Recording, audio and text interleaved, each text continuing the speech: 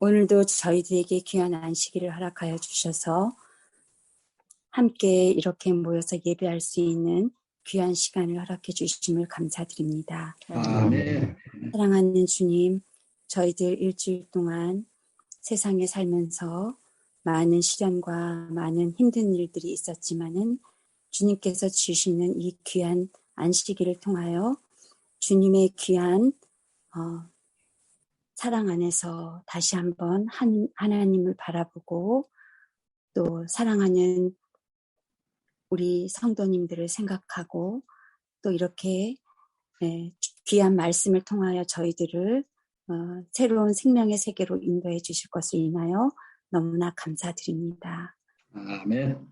사랑하는 주님, 저희들 부족하고 또 연약하지만 늘 주님 귀한 말씀 속에서 힘을 얻어서 정말 이 귀한 주님의 그 귀한 말씀을 모든 사람들에게 함께 나누고 이웃들에게 사랑을 전하는 저희들이 될 수 있도록 인도하여 주시옵소서. 아멘. 사랑하는 주님, 이 시간 주님께서 주시는 귀한 말씀을 우리 목사님을 통하여 주실 때에 저희들이 그 말씀을 귀에 새겨서 주님 앞에 더 가까이 나아가고 저희들의 마음을 다시 한번 다잡을 수 있는 시간이 될 수 있도록 인도하여 주시옵소서. 시작하는 시간이 오니 마칠 때까지 성령님께서 함께 해주시고 목사님에게도 함께하여 주시옵기를 우리 주님 예수님의 이름으로 간절히 기도드렸습니다. 아멘. 아멘. 우리 참 존경하는 두 분 김종목 집사님과 또 사모님 두 분 집사님의 하나님께 대한 역사를 위해서 우리가 참 용기가 납니다. 참으로 감사합니다. 지금은 주님의 사랑하시는 종 김영진 목사님께서 우리에게 거룩한 말씀을 대언해 주시겠습니다. 감사합니다.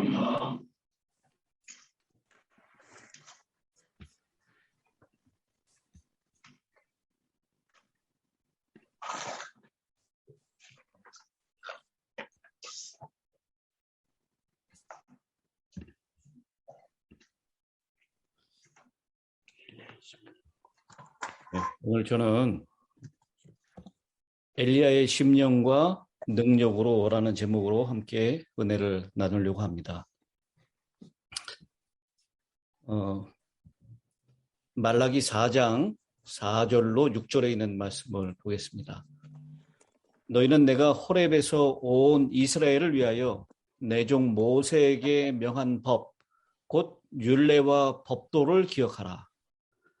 보라, 여호와의 크고 두려운 날이 이르기 전에 내가 선지 엘리야를 너희에게 보내리니 그가 아비의 마음을 자녀에게로 돌이키게 하고 자녀들의 마음을 그들의 아비에게로 돌이키게 하리라. 돌이키지 아니하면 두렵건대 내가 와서 저주로 그 땅을 칠까 하노라 하시니라. 우리에게 귀한 안식일을 허락하신 하나님께 감사를 드립니다. 그리고 이 안식일 예배에 참여하신 우리 모든 성도님들을 진심으로 환영합니다. 여기 여호와의 크고 두려운 날이 이르기 전에 라고 했습니다. 여호와의 크고 두려운 날, 다른 말로 하면 재림입니다. 혹은 이 세상의 끝, 세상 종말의 날이 임박하기 전에 내가 선지 엘리야를 너희에게 보낼 것이다 라고 말씀을 하고 있습니다. 우리는 이 종말의 날이 정말 임박했음을 그렇게 가르치고 또 우리 주변에 일어나고 있는 현상들을 볼 때 그날이 정말 가까이 이르렀다라고 하는 것을 확신하고 있습니다. 요즘 한국의 한 드라마 때문에 전 세계가 열광을 하고 CNN에서 또 우리 대한민국의 뉴스에서 여기저기에서 아주 떠들썩한 그런 화제가 되는 드라마가 있습니다. 혹시 여러분 들어보셨습니까? 오징어. 뭐죠? 직접 오징어에 대해 얘기 들었지만 직접 내용을 모릅니다. 예, 우리 오징어 게임이라고 하는 드라마였죠. 그 드라마를 저도 뉴스에 나와가지고 이게 도대체 무엇인데 사람들이 이렇게 열광을 하나 그래서 궁금해서 보게 되었는데요. 우리 성도님들 가운데도 그걸 좀 보다가 너무 잔인해서 나는 끝까지 못 보겠다 그렇게 하시는 분들이 많이 있습니다. 이거 어디서 보나? 근데 그 내용이 시나리오가 기록이 된 것이 2008년도에 기록을 시작해서 2009년도라 그래요. 근데 그때 당시에 이 대본을 보여줬을 때 사람들이 이게 너무 이 시나리오 자체가 기괴하다. 너무 현실하고 동떨어져 있고 맞지도 않는다.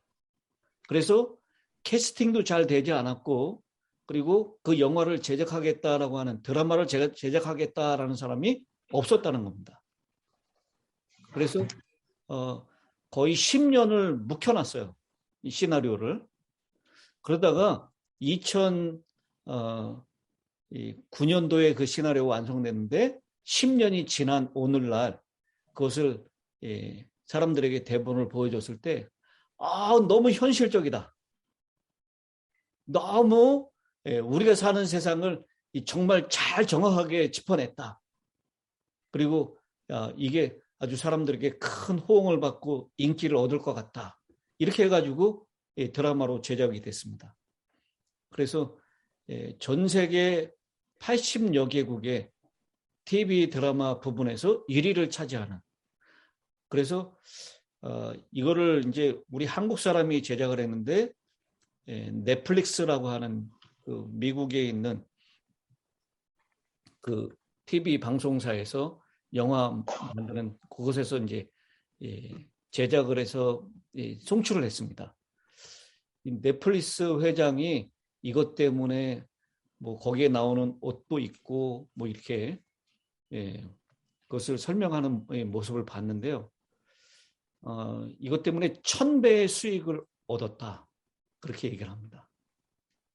근데 2009년도에는 이게 실에 안 맞고 이게 너무 기괴하고 사람들이 이게 말이나 되는 영화냐 이렇게 얘기했던 것이 10년이 지난 이 세상에는 사람들의 공감을 많이 얻게 되고 이 시대하고 딱 맞는 이야기다라고 됐다는 것입니다.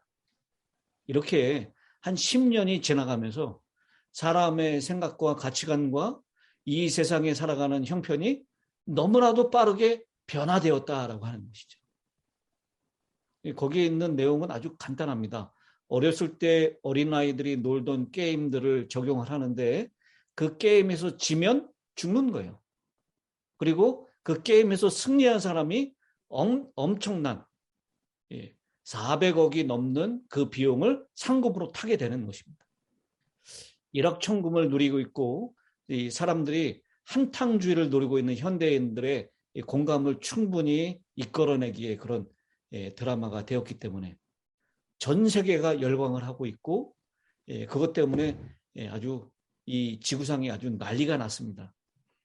우리가 어렸을 때 했던 무궁화 꽃이 피었습니다. 이게 지금 뭐 파리에서도 뉴욕에서도 그런 이 무궁화 꽃이 피었습니다. 그 놀이가 길거리에서도 그냥 이렇게 그 음악이 나오고 그러면 사람들이 다 따라할 정도로 아주 큰 붐을 일으키고 있는 것입니다. 이러고 있는 이때에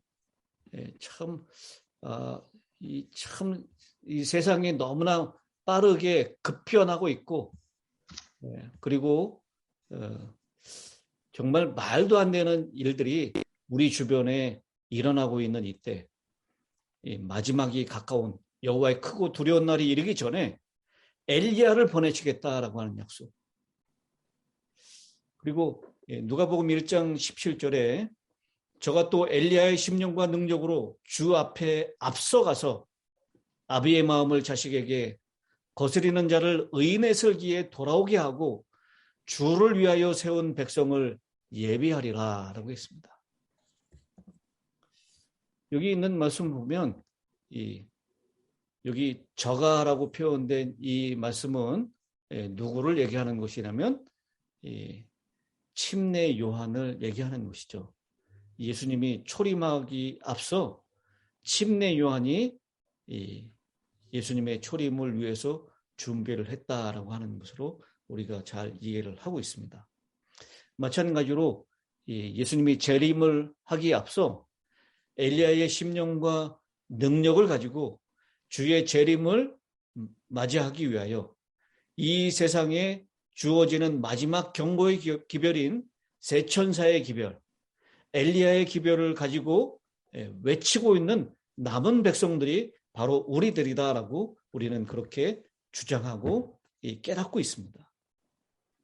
그러므로 우리는 엘리야와 엘리야의 기별을 재검토하고 그 안에 포함된 것이 무엇인지 보다 더 분명하게 이 시간 이해하고자 우리 본문을 선택하여 이 시대의 선지 엘리야의 능력과 심령을 살펴보기로 오늘 이 시간에 생각을 했습니다. 그래서 우리 모두가 엘리야의 사명 잘 이루어 주의 재림의 날에 많이 준비된 백성들과 함께 그 영광스러운 자리에 설 수 있게 되기를 간절히 바랍니다. 아멘. 오늘 이 본문은 이 엘리야의 생애가 기록된 것은 딱 열왕기상 17장 1절부터 열왕기하 2장 11절까지 엘리야가 성경에 출현하고 하늘로 승천하기까지 많은 내용들을 기록하고 있습니다.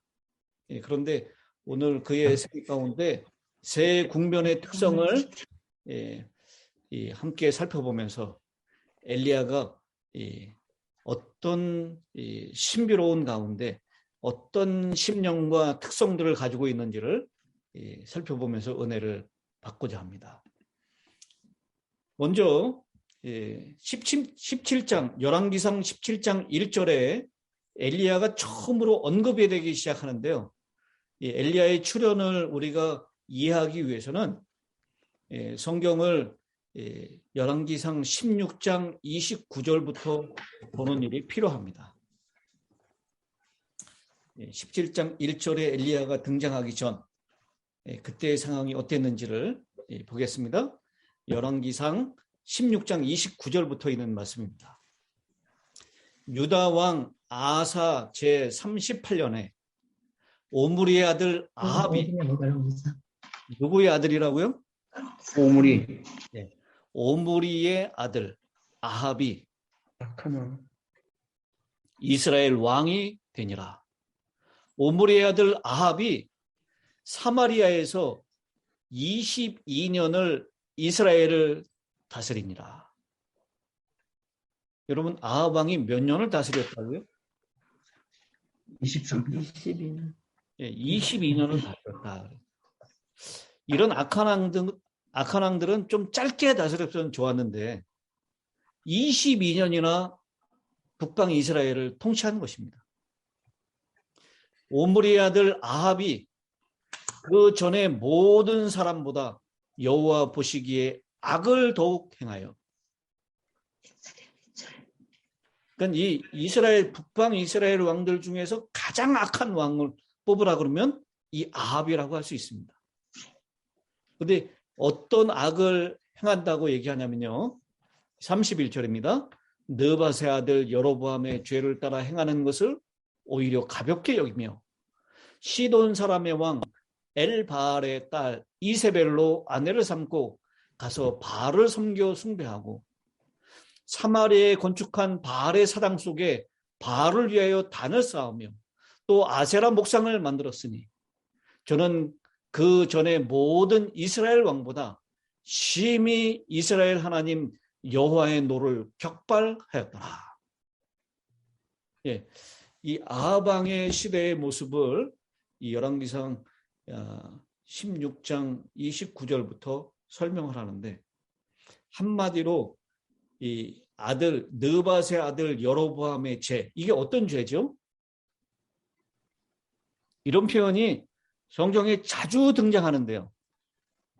여로보암의 죄를 따라 행했다라고 하는 표현이 성경 여기저기에 계속 등장하는데 이게 무슨 뜻입니까?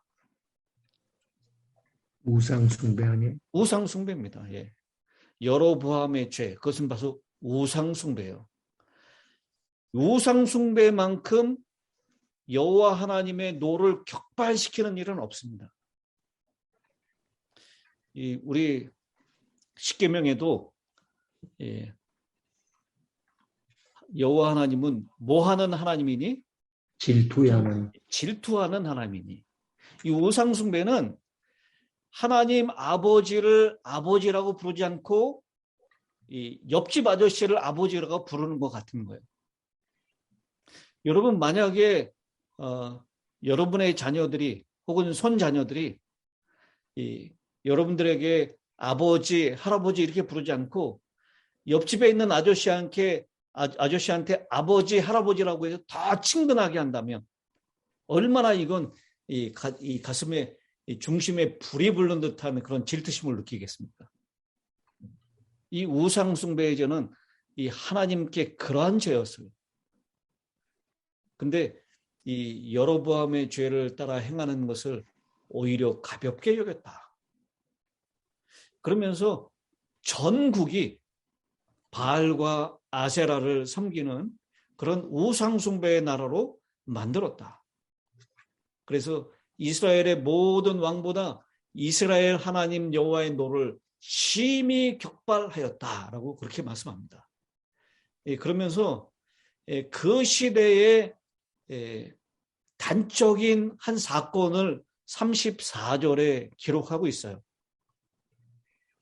그 시대에 베델 사람 시엘이 여리고를 건축하였는데 저가 그 터를 쌓을 때 맏아들 아비람을 잃었고 그 문을 세울 때 말제 아들 수굽을 잃었으니 여호와께서 눈의 아들 여호수아라 하신 말씀과 같이 되었더라.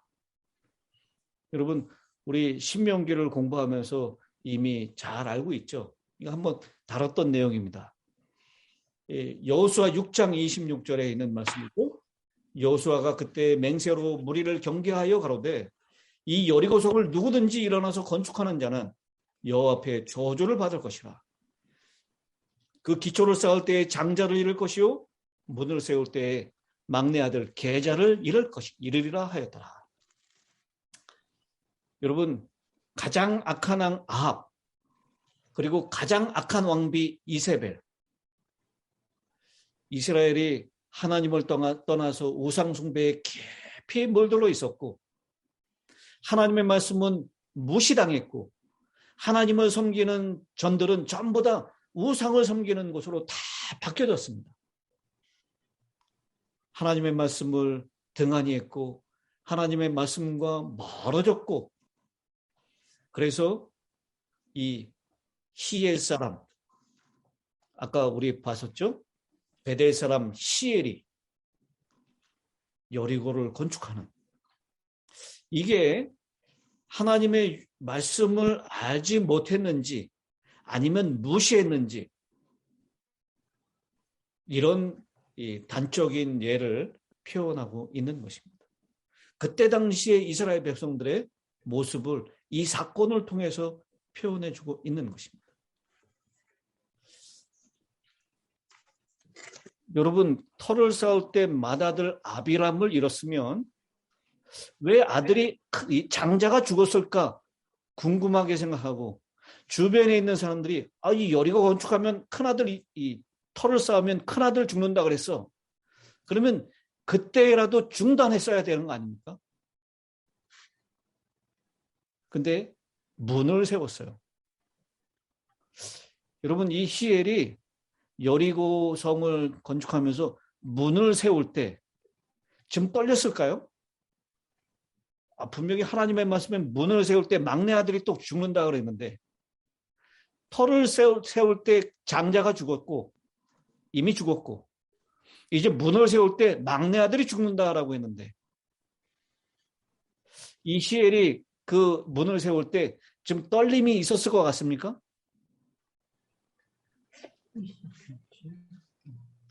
저는 이게 떨리지 않았을 것 같아요. 오기로. 예, 맏아들 아비람이 죽었을 때 얘는 처음에 약하게 태어났어. 원래부터 태어날 때. 그래서 죽은 거지. 무슨 하나님, 이건 말도 안 되는 일일 것이라고 하나님의 말씀을 무시했을 것입니다. 그리고 오기로 더 세웠을 수도 있어요. 그러다 막내 아들 수굽까지 이렇게 된 사건이 있습니다. 이렇게 하나님의 말씀이 완전히 무시당하고 등한시되었고 하나님의 말씀에서 완전히 떨어진 이스라엘 백성들의 그때 당시의 상황을 단적으로 보여주고 있는 사건입니다. 저는 오늘 미국 뉴스를 들으면서요. 14살, 15살 그 아들이 자기 집에서 파티를 하는데 47살 먹은 캘리포니아에 사는 이 엄마가 그 아들 친구들을 불러들여서 파티를 하는 거예요. 근데 파티를 하면서 애들에게 정신을 잃을 정도로 술을 먹여요. 그리고 술이 채면 이 여학생을 그 14살, 15살이니까 미성년자죠. 여학생을 방으로 집어넣고 그 남자아이들을 그 방에다 또 집어넣어요. 그래서 성관계를 맺게 하는 것을 지켜보는 겁니다. 아주 막장 엄마. 오늘날 성적으로 얼마나 부패하고 타락했는지를 보여주고 있는 한 단적인 모습을 오늘 뉴스에서 제가 듣게 되었습니다. 여러분, 오늘날의 세상이 어떤 세상입니까? 지금 어떤 목상이나 석상, 바알이나 아세라상을 섬기고 있지는 않는다 할지라도 권력의 신, 재물의 신, 명예의 신, 쾌락의 신, 탐욕의 신, 그런 신의 우상들을 섬기고 있는 경우가 얼마든지 넘쳐나고 있는 시대에 우리가 살고 있다는 것입니다. 이런 세상의 신에 몰두하고 있는 동안 하나님의 말씀과 교회와는 자연히 멀어지게 되어 있는 것입니다. 그래서 하나님의 말씀을 두려워하지 않고 하나님의 약속을 무시하고 말씀을 등한히 하는 일이 일어나고 있다라고 하는 것입니다.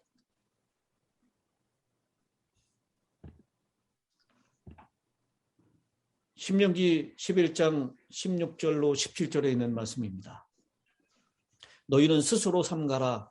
두렵건대 마음에 미혹하여 돌이켜 다른 신들을 섬기며 그것에 절함으로 여호와께서 너희에게 진노하사 하늘을 닫아 비를 내리지 아니하여 땅으로 소산을 내지 않게 하심으로 너희가 여호와의 주신 아름다운 땅에서 속히 멸망할까 하노라. 16장.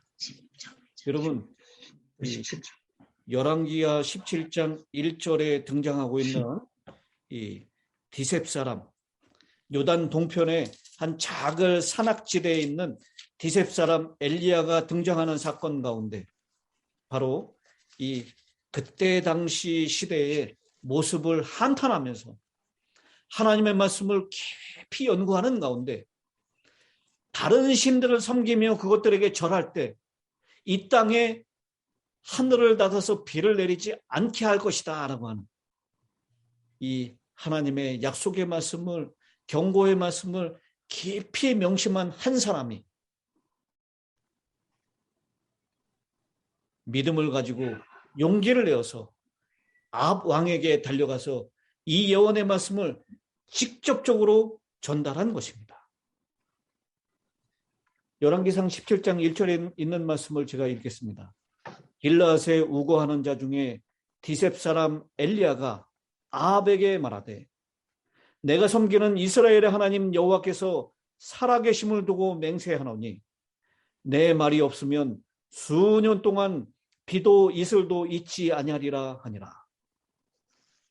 여러분, 이 말씀을 엘리야가 그냥 자기가 기도했기 때문에 이렇게 이루어질 것이다 라고 그렇게 확신하면서 얘기하는 것입니다.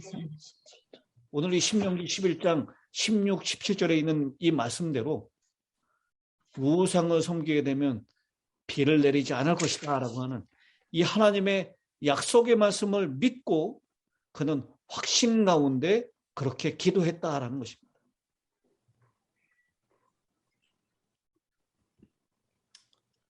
이 엘리야의 출현의 비밀은 바로 깊은 하나님의 말씀의 연구, 그 말씀을 가감없이 믿는 믿음 가운데서 엘리야가 등장했다라는 것 꼭 기억하시게 되기를 바랍니다. 이 마지막 때에 여호와의 크고 두려운 날 이 일이 이루기 전에 엘리야의 심령으로 준비된 사람들은 하나님의 말씀을 정말 열심히 연구하고 그 말씀을 확신하는 가운데 그 말씀을 생애 가운데 실천하는 사람들이다라고 하는 것입니다. 여러분, 우리가 요새 신명기를 공부하고 있잖아요. 이번 주에 구원의 목사님을 통해서 참 은혜 받은 포인트들이 참 많이 있습니다. 저도 생각하지 못했던 부분들을 목사님께서 아주 구체적으로 잘게 나누어서 말씀을 잘 해주신 것 같아요. 여러분, 다른 사람은 쉽게 간과해버리고 그런 말씀들이 있었나? 그런 여호와의 약속이 있었나? 이렇게 말씀이 희미해지고 말씀이 존중을 받지 못하고 있는 이 마지막 때 말씀을 구석구석이 살피면서 연구하고 그 말씀을 우리의 신비에 새기는 이 마지막 때에 엘리야의 심령과 능력을 가지는 그런 선지자로 우리 모두가 다 준비될 수 있게 되기를 간절히 바랍니다. 아멘. 두 번째, 이 엘리야의 능력의 비밀에 대해서 우리가 살펴보도록 하겠습니다. 야고보서 5장 16절로 18절은 이렇게 말씀합니다. 이러므로 너희 죄를 서로 고하며 병 낫기를 위하여 서로 기도하라. 의인의 간구는 역사하는 힘이 많으니라.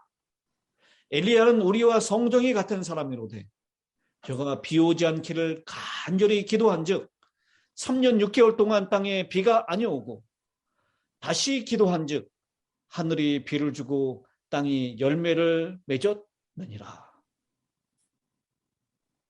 그의 능력의 비밀은 믿음의 기도에 있었습니다. 엘리야의 능력의 비밀은 무엇이 있었다고요? 믿음. 네, 기도. 그의 믿음의 기도에 있었다는 것입니다.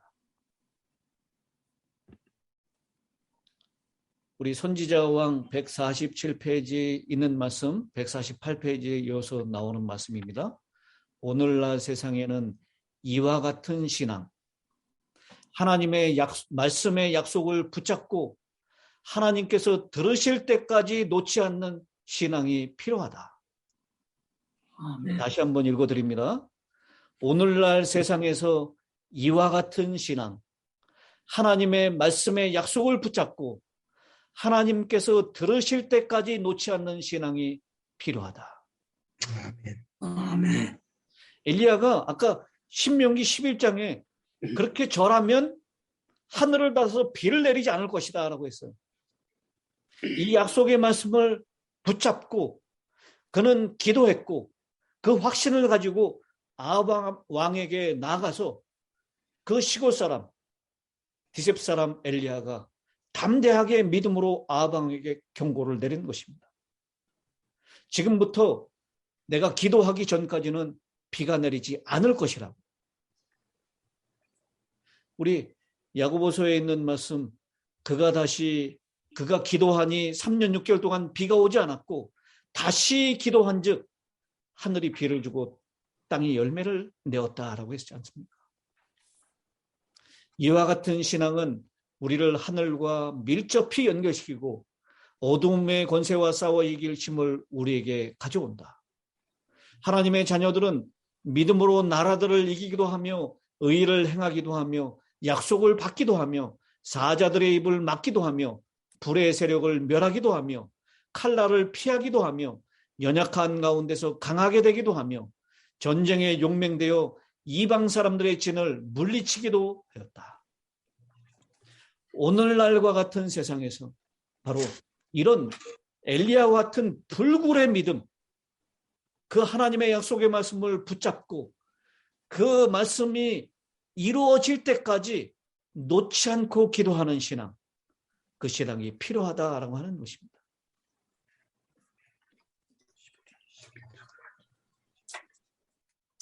믿음은 유력한 기도의 불가결한 요소입니다. 여기 이 예언의 신이 어디에 나오는 말씀이라고 그랬어요? 선지자 왕에 있는 말씀입니다. 선지자 왕 147페이지, 148페이지. 마가복음 9장 23절에 예수께서 이르시되 할 수 있거든이 무슨 말이냐? 믿는 자에게는 능치 못할 일이 없느니라. 아멘. 아멘. 여러분 이 말씀을 아멘으로 받아들일 수 있겠습니까? 아멘. 아멘. 이 오징어 게임과 같은 세상이에요. 정말 그 게임에 참여한 사람들은 희망이 없는 사람들이에요. 근데 여러분 그 게임에서 지면은 그냥 죽는 거예요. 뭐 우리 무궁화 꽃이 피었습니다 할 때 이렇게 뒤를 딱 돌아봤을 때 움직이면은 그 사람은 걸려가지고 이제 술래 옆에 붙잖아요. 죽이진 않잖아요.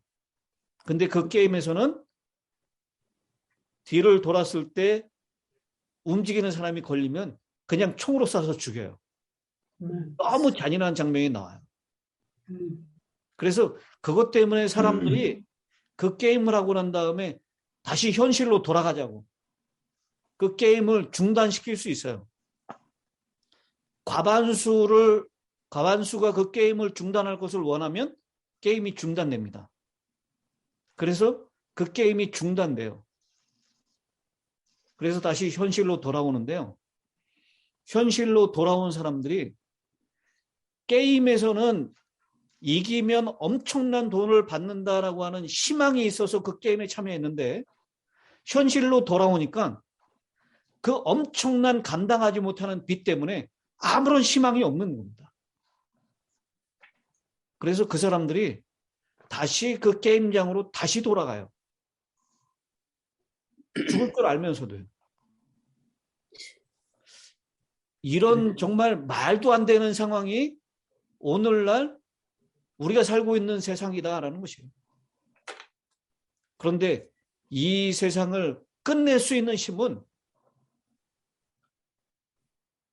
여러분 오늘 이 믿음으로 주님을 붙잡고 주님을 향한 믿음으로 하나님이 주시는 복음으로 이 세상이 변화될 수 있고 변화돼야 된다라고 하는 그런 확신을 가지고 기도하는 사람에 의해서 이 세상은 바뀌어질 수 있다는 것을 믿습니다.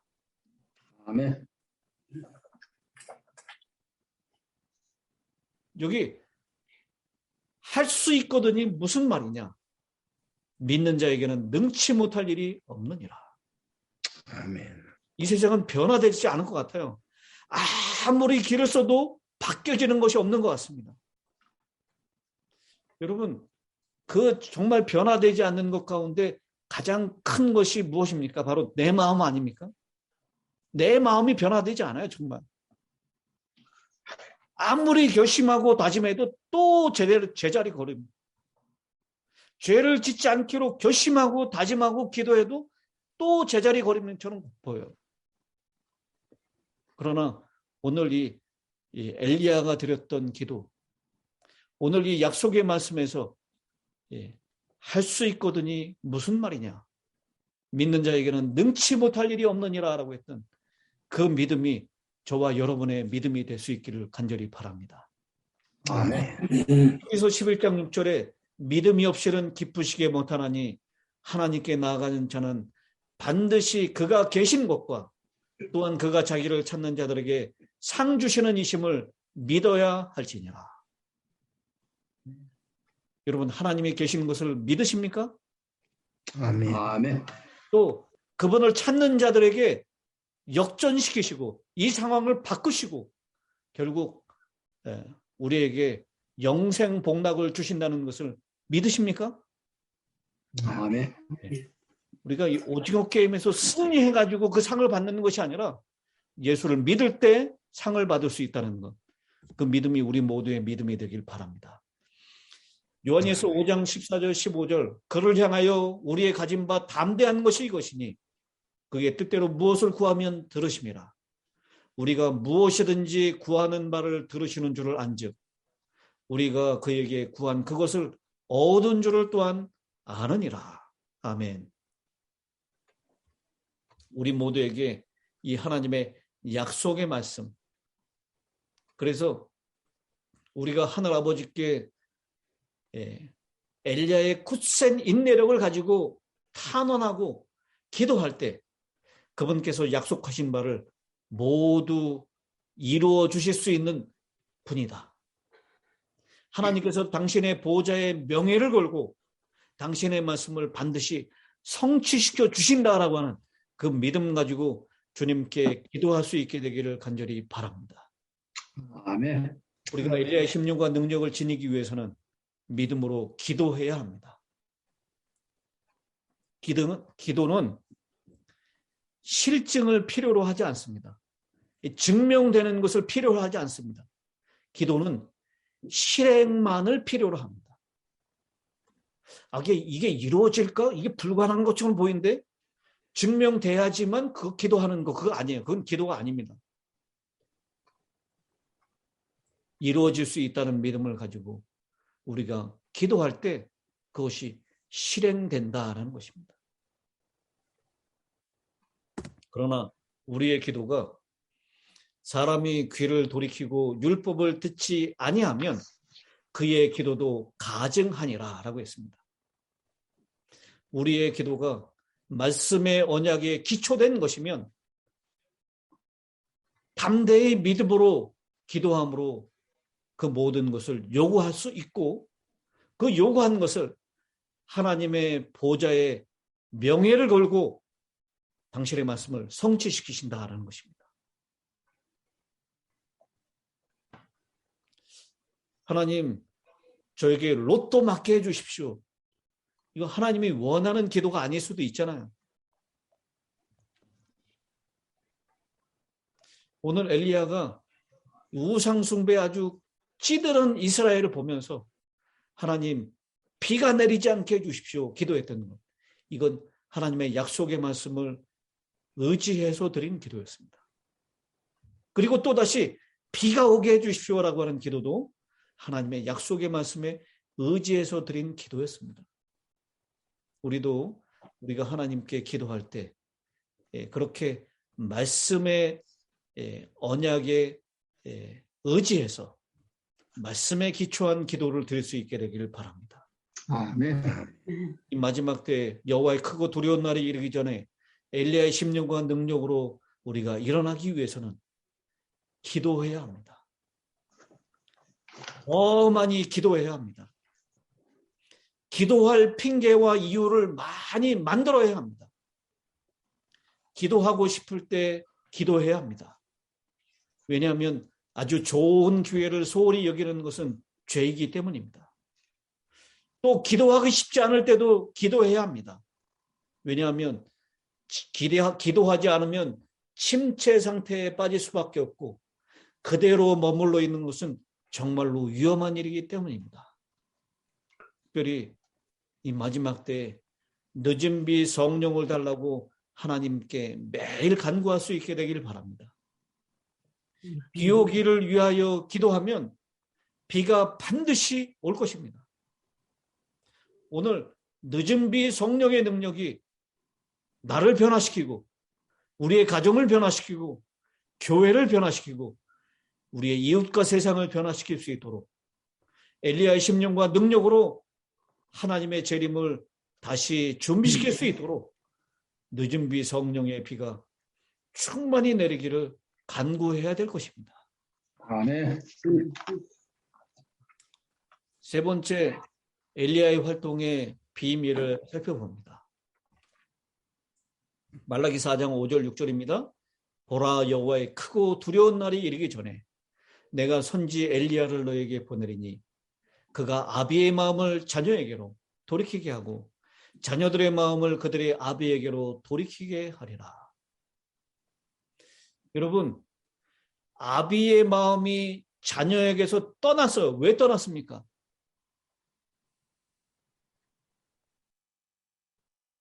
자기의 욕심대로 살고 싶어서. 아버지가 제일 질투하는 거 있다 그랬잖아요. 하나님이 가장 노를 바라는 죄악이 있어요. 우상숭배. 우상숭배잖아요.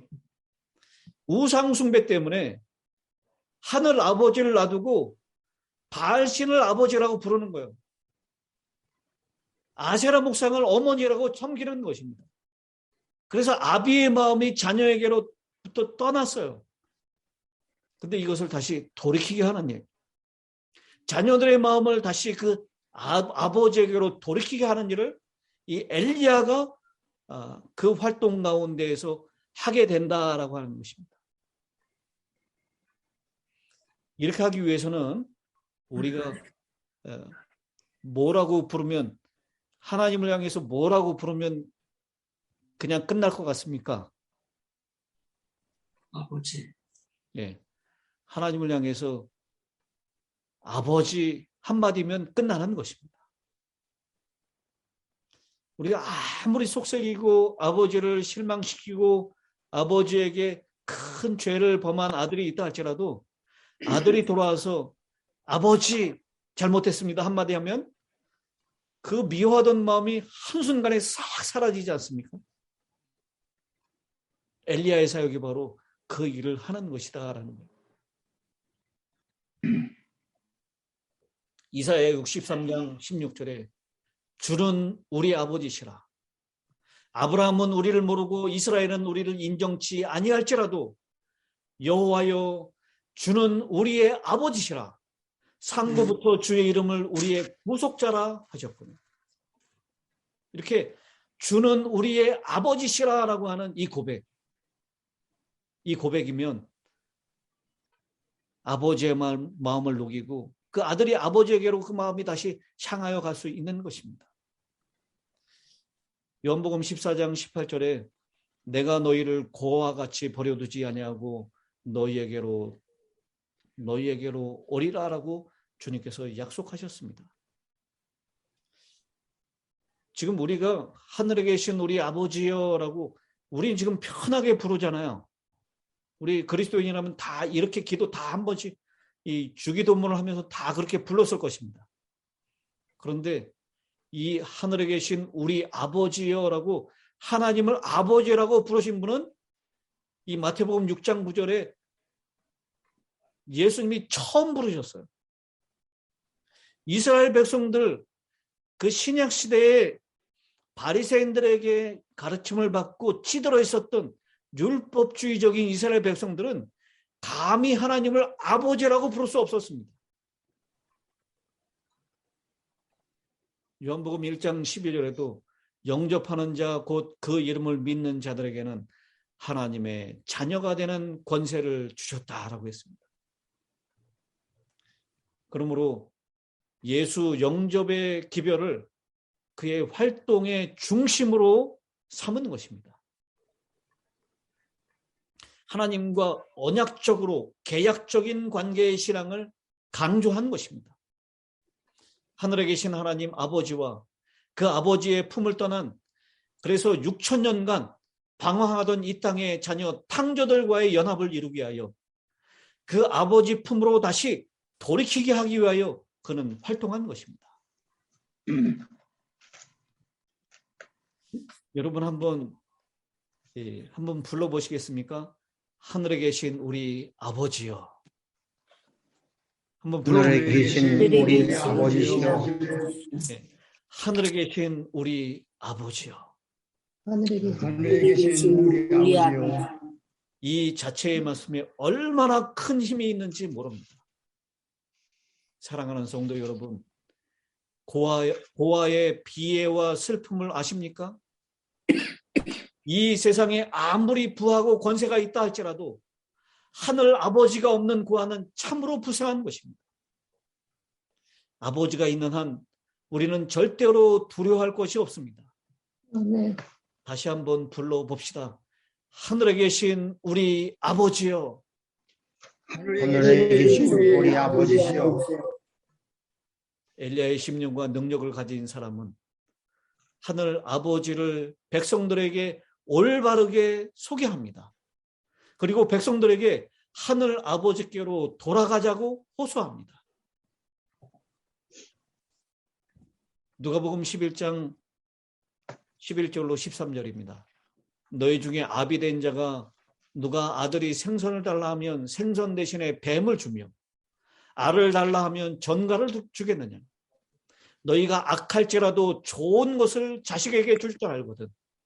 하물며 너희 천부께서 구하는 자에게 성령을 주시지 않겠느냐. 아멘.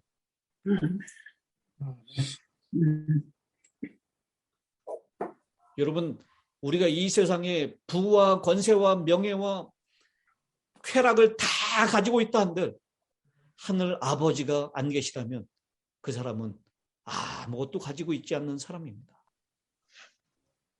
우리가 이 땅에서 비록 아무것도 가지고 있지 못하다 할지라도 우리의 천부 하늘 아버지를 아버지라고 부를 수 있다면 그 사람은 모든 것을 가지고 있는 사람입니다. 아멘.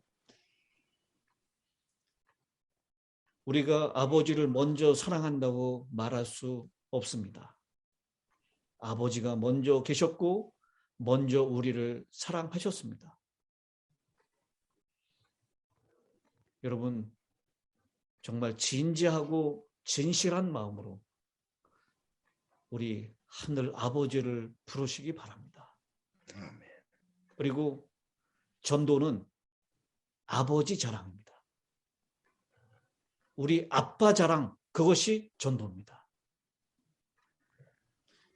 여러분, 이 안경 쓴 아빠를 자랑하는 아들이 우리 아빠 안경 썼어. 너네 아빠 안경 썼냐? 여러분, 아빠가 안경 쓰고 있는 것도 자랑이에요. 그래서 아빠 자랑하는 겁니다. 우리 하늘 아버지께서 나에게 베풀어 주신 사랑, 나에게 넘치도록 부어주신 축복과 은총, 그것을 자랑하는 것. 아멘. 그것이 바로 전도입니다. 아무 희망이 없을 때, 정말 비참한 상황에 있을 때, 두려움이 몰려왔을 때, 그때 내니 두려워 말라라고 하신 그 자비로우신 하나님의 손길을 경험하고 그 손길을 자랑하는 것, 그것이 바로 전도입니다. 우리 하늘 아버지께서는 능력과 지혜에 있어서 절대 부족함이 없습니다. 우리의 태도와 생활이 거룩할 때 아버지의 이름이 거룩히 여김을 받게 된다는 것을 잊지 마시기 바랍니다. 정말 약육강식, 모든 사람들이 더 많이 차지하고 더 많이 누리고 더 많이 쾌락을 즐거워하기 위하여 모든 것을 빼앗아가고 정신없이 그 게임에서 승리하기 위해서 달려가고 있을 때 우리는 우리 주변에 쓰러진 자들, 연약한 자들, 소외한 자들을 보살피고 하나님의 사랑으로 그들을 끌어주고 품어줌으로 이 하나님께 그 이름을, 하나님의 이름을 거룩히 여김을 받게 한다는 그 사실을 잊지 마시게 되기를 간절히 바랍니다. 아멘. 네. 우리 때문에 아버지의 이름이 모욕을 당해서는 안 됩니다. 그래서 회개가 필요하고 회개가 급합니다. 하늘에 계신 우리 아버지여, 이렇게 우리가 아버지를 부를 수 있도록 우리를 위해서 피 흘려주신 예수님을 찬양하고 우리의 삶을 통하여 아버지의 이름을 영광 돌리는 그런 구별된 생애를 사시는 엘리야의 심령과 능력으로 사는 저와 여러분이 되시기를 간절히 바랍니다. 아멘. 우리 예언의 신에 있는 말씀을 읽고 오늘 시간에 있는 말씀을 마치도록 하겠습니다. 선지자왕 169페이지에 있는 말씀입니다. 여러분 잘 한번 이 문자 하나하나를 잘 음미하시면서 들어보시기 바랍니다. 엘리야의 시대 이후 흘러간 장구한 세기를 통하여 그의 일생의 사업의 기록은 배도 중에서 의를 위하여 서도록 부르심을 받은 사람들에게 감명과 용기를 주었다. 그리고 말세를 만난 우리를 위하여 이것은 특별한 의미를 가지고 있다. 이 엘리야의 일생에 나타난 이 사건이 특별히 말세를 만난 우리를 위해 특별한 의미가 있다라는 것입니다. 역사는 반복된다. 오늘날의 세계에도 아합과 이세벨과 같은 사람들이 있다. 현대도 엘리야가 살던 시대와 똑같은 우상 숭배의 시대이다. 외형적인 사랑은 보이지 아니하고 우상은 눈에 띄지 않을지 모르나 무수한 사람들은 이 세상의 신을 하면서 몇 가지를 나눠놨습니다. 부, 명성, 향락. 이 세상의 사람들이 우상으로 섬기고 있는 세상의 신이 부와 명성과 향락이다라고 얘기하고 있습니다. 여러분 이 말씀이 딱 맞는 것 같습니까? 예. 이 세상의 사람들이 부를 위해서 우상으로 섬기고 있어요. 부를. 명성을 얻기 위하여, 보다도 쾌락을 얻기 위하여, 향락을 얻기 위하여 사람들로 괘씸하지 않게 하는 경향으로 흐르게 하는 재미있는 우화들을 따르고 있다.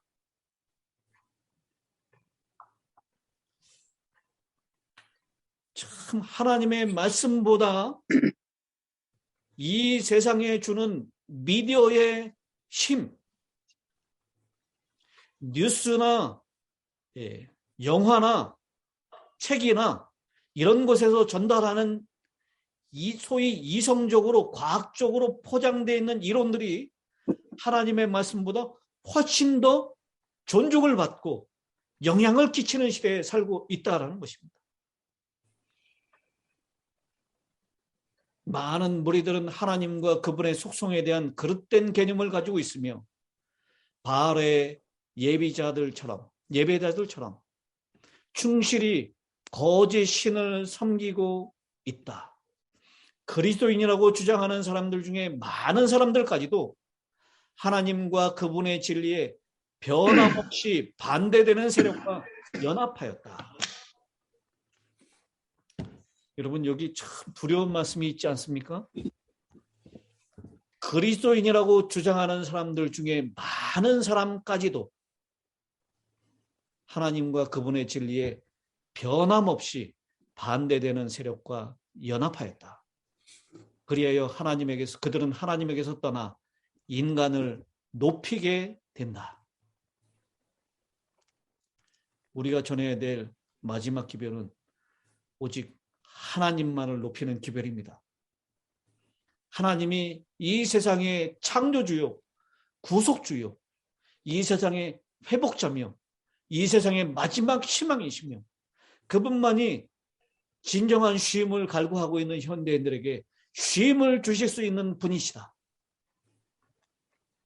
그 하나님의 이름을 높이는 사람, 다시 오시는 예수 그리스도의 재림, 그것을 준비시키는 엘리야의 심령과 능력을 지니기 위해서 오늘 들은 말씀들을 잘 기억하면서 말씀을 깊이 연구하시고 믿음으로 더 깊이 기도하시고 하나님 아버지의 이름을 거룩하게 하기 위하여 그렇게 아버지의 이름을 욕돌리지 않는 하나님 아버지의 이름에 영광을 돌리는 그런 생애를 살기로 오늘 이 저녁에 결심하시는 저와 여러분이 되시기를 간절히 바라면서 오늘 말씀을 마치겠습니다. 아멘. 아멘. 아멘. 기도하겠습니다. 하늘에 계시는 감사하신 아버지 하나님, 이 시대의 모습이 엘리야의 시대와 별 다른 바가 없는 우상 숭배로 만연된 세상입니다. 세상의 신들, 곧 부와 명성과 이 향락을 위하여 사람들이 그 세상의 신을 섬기느냐고 창조주 하나님을 경배하고 예배하는 것을 잃어버리고 있습니다. 뿐만 아니라 그리스도인이라고 불리는 사람들, 여기에 정말 부끄럽게도 저도 포함됩니다. 우리 모두가 포함됩니다. 그리스도인이라고 부르는 사람들까지라도 하나님의 진리에 반대되는 그 자리에 반대되는 세력과 연합하고 있다라고 말씀하고 있습니다. 이러한 때에 엘리야처럼 엘리야의 심령과 능력으로 주의 다시 오심을 준비시키는 그 사명을 감당하기 위하여 엘리야와 같은 믿음, 엘리야와 같은 기도, 엘리야와 같은 말씀 연구, 엘리야 같은 구별된 생애를 살 수 있도록 아버지 저희를 도와 주시옵소서. 아멘. 예수님의 이름으로 기도드리옵나이다. 아멘. 아멘.